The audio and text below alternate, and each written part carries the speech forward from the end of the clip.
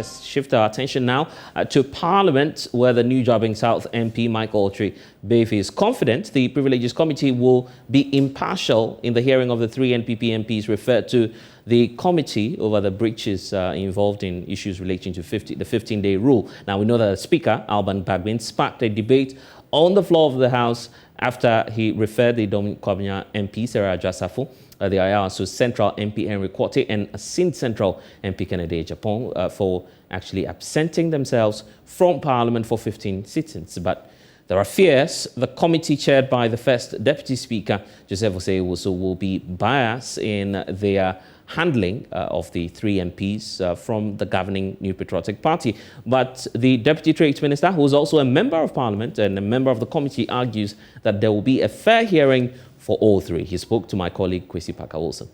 Of the Privilege Committee. Oh, yeah, remember the Privilege Committee, I see. And we'll make but I think the Speaker was a little harsh on them. I mean, to me, because they brought permission. They wrote to the Speaker. They didn't just, that's what they said. Adjasafo wrote to the Speaker? I'm talking about the other members. Okay, I'm talking about Adjasafo. We'll focus on the other 2 members. Yeah. Henry Quartey and Kennedy Japan. Yeah, so, I mean, the parliamentarians would have spoken. The Speaker is the head of the chamber. And so he can sometimes give set directions. We are all at his beck and call somehow. So he can just give set directions, and we'll gladly abide by his direction. So, I know you are not the chairman of the committee, but has there been any conversation with the committee members after the Speaker's ruling? I'm sure the chairman of the committee will call for a meeting on our platform, and then we'll know what to do. Is the committee going to be fair? Because the majority side are not happy with her. So what's the guarantee that when Adjasafo appears before the committee members will be fair to her? I'm sure they will be fair to her because she's a member of Parliament. She's still a member of Parliament. But you say she's giving you trouble. She's giving you problems. I see.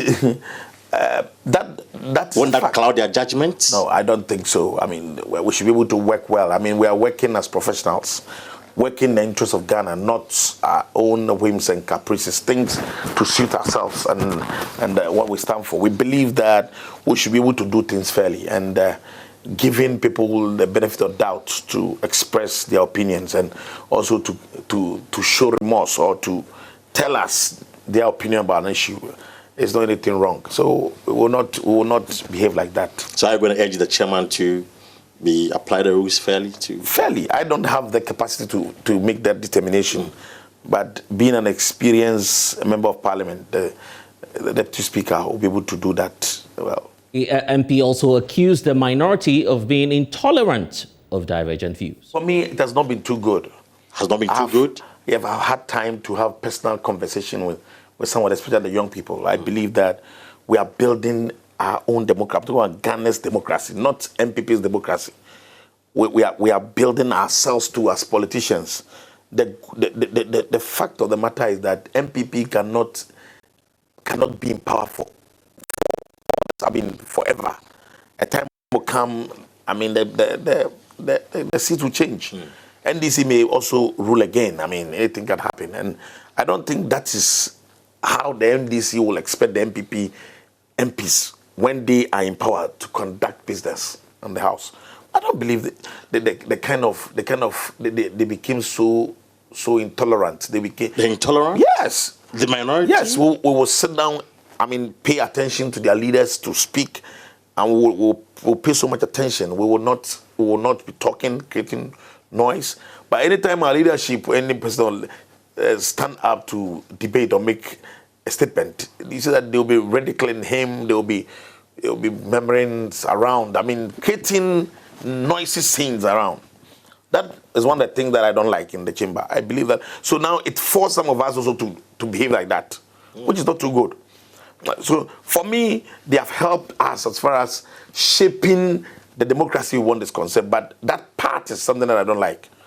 And the kind of statement they pass, some of the words are so very harsh. I mean, especially with their first timers who are backbenchers. Sometimes the way they address our leadership. So who are you referring to in this? Some of the backbenchers. I'm a backbencher too.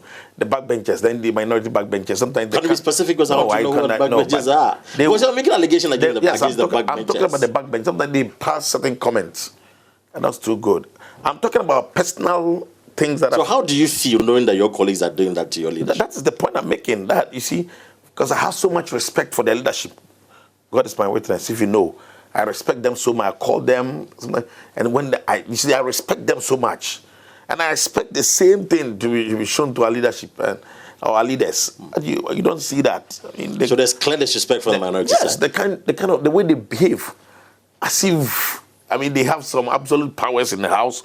They have the license to misbehave. They have the license to do anything they want, and nobody can stop them. That's the meaning. They can make certain utterances, and you look at it and hear, you listen to them speaking, and as if they have some absolute powers.